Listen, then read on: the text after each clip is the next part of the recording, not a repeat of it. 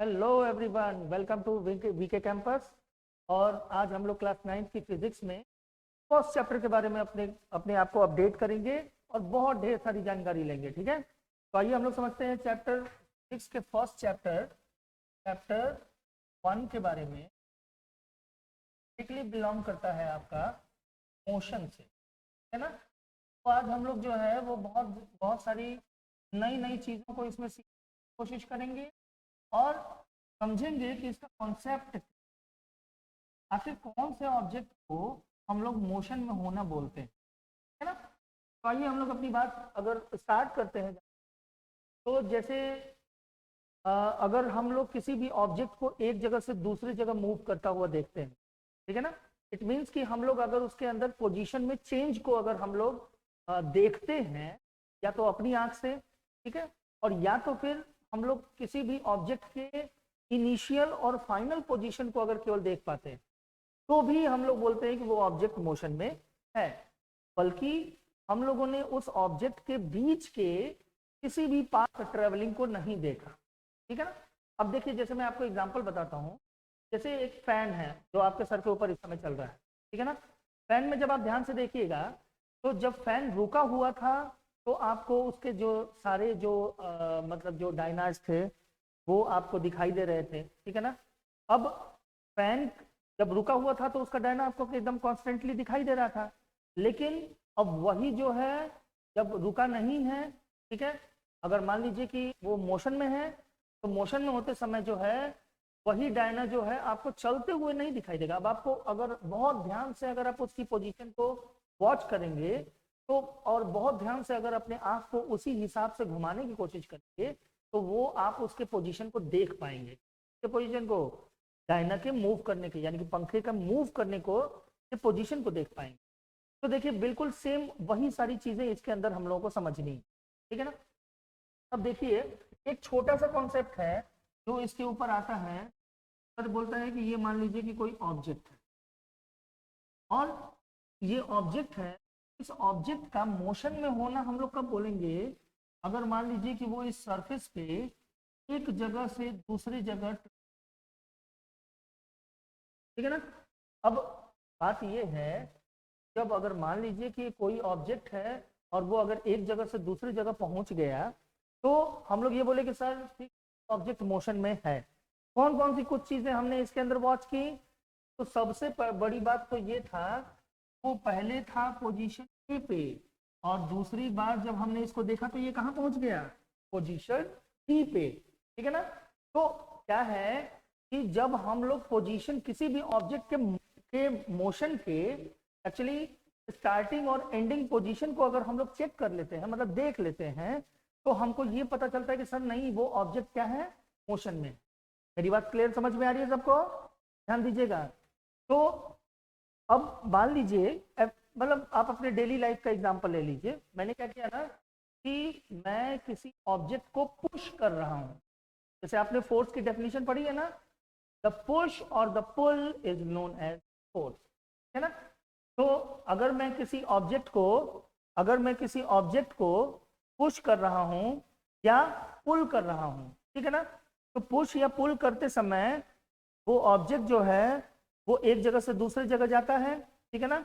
और जब वो एक जगह से दूसरी जगह जाता है, तो हमेशा उसके अंदर जो है डिस्प्लेसमेंट क्रिएट होता है। क्या क्रिएट होता है? डिस्प्लेसमेंट क्रिएट होता है। तो आप समझिएगा इस बात को, थोड़ा सा हम लोग अगर इसको ध्यान से समझ लें। अब जैसे मान लीजिए कि किसी भी ऑब्जेक्ट पे आप फोर्स लगाते हैं, तो अगर मान लीजिए कि वो स्ट्रेट लाइन में ट्रेवल करता है, कहाँ ट्रेवल करता है? स्ट्रेट लाइन में। तो अगर वो स्ट्रेट लाइन में ट्रेवल करता है, हम इसको बोलते हैं मोशन इन स्ट्रेट लाइन। तो किसी भी ऑब्जेक्ट के ऊपर अगर आप फोर्स लगाते हैं ना, तो वो एक जगह से दूसरी जगह स्ट्रेट लाइन में ही ट्रेवल करता है। हमेशा पूछता है कि क्यों क्यों ऐसा करता है?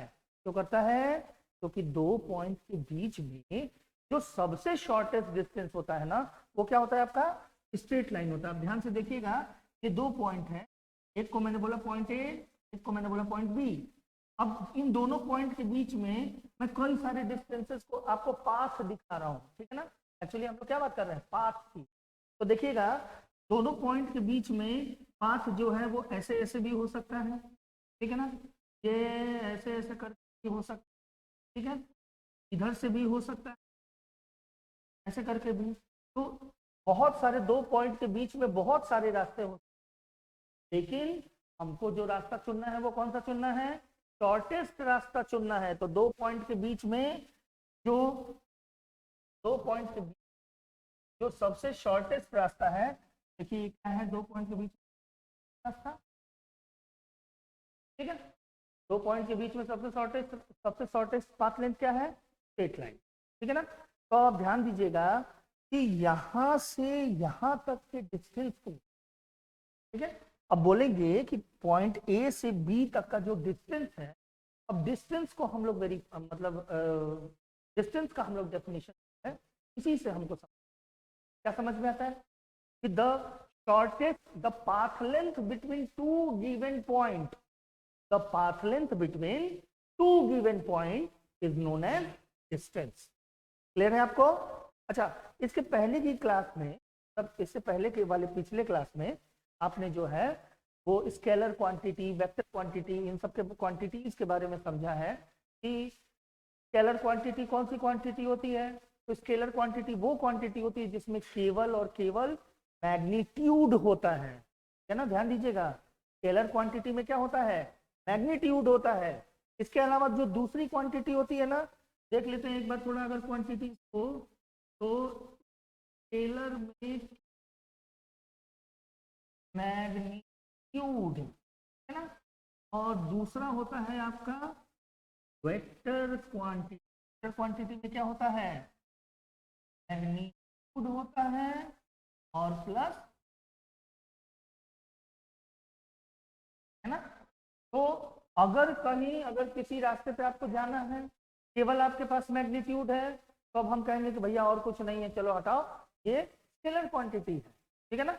और अगर उसमें डायरेक्शन भी है कि सर मुझे 50 मीटर नॉर्थ में जाना है, तो 50 मीटर नॉर्थ क्या हो गया आपका, 50 मीटर आपका हो गया मैग्नीट्यूड, और नॉर्थ क्या हो गया आपका, डायरेक्शन हो गया, ठीक है ना।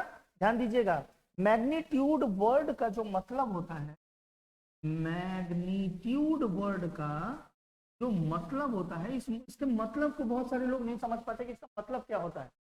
तो मैग्नीट्यूड का मतलब होता है न्यूमेरिकल वैल्यू, है ना। तो कहीं भी न्यूमेरिकल वैल्यू की अगर बात है तो आप समझ जाइएगा कि ये इसका मैग्नीट्यूड है। जैसे एग्जांपल के लिए हम लोग बात कर लें, ठीक है ना, एग्जांपल देख लेते हैं हम लोग।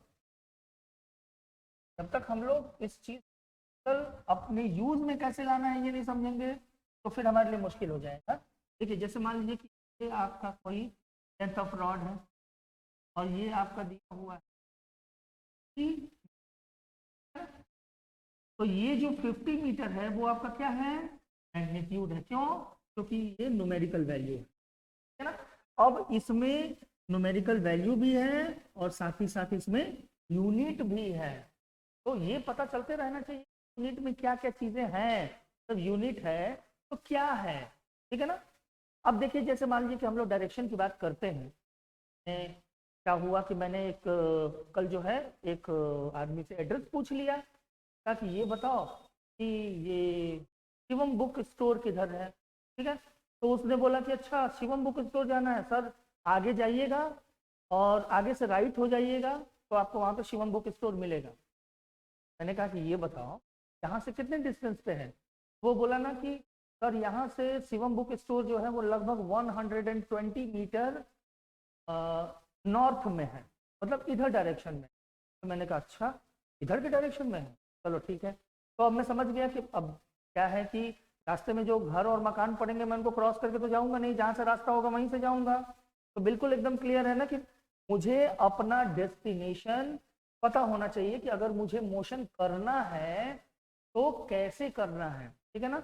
अब आप समझिएगा कि स्केलर और वेक्टर क्वांटिटीज के कुछ एग्जाम्पल इसमें है कि किस क्वांटिटी को हम लोग स्केलर बोलेंगे और किसको वेक्टर बोलेंगे। तो ध्यान दीजिएगा स्केलर में स्केलर क्वांटिटी और वेक्टर क्वांटिटी, दो क्वांटिटी है, तो जो अच्छा जो काम स्केलर में डिस्टेंस करता है वही काम वेक्टर में डिस्प्लेसमेंट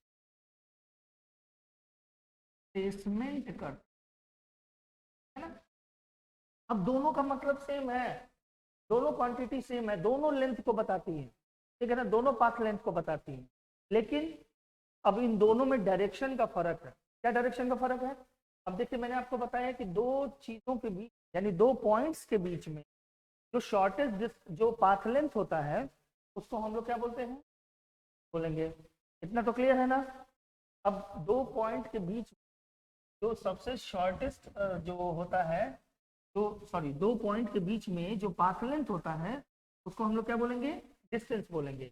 लेकिन कोई ऑब्जेक्ट अगर एक पोजीशन पे है और वो दूसरे पोजीशन पे चला गया तो the displacement between final position and initial position, दोनों के बीच का जो डिस्प्लेसमेंट हुआ, जो पाथ लेंथ हुआ, उसको जो दोनों के बीच का जो पाथ लेंथ हुआ उसको हम लोग क्या बोलेंगे, डिस्प्लेसमेंट बोलेंगे, ठीक है ना।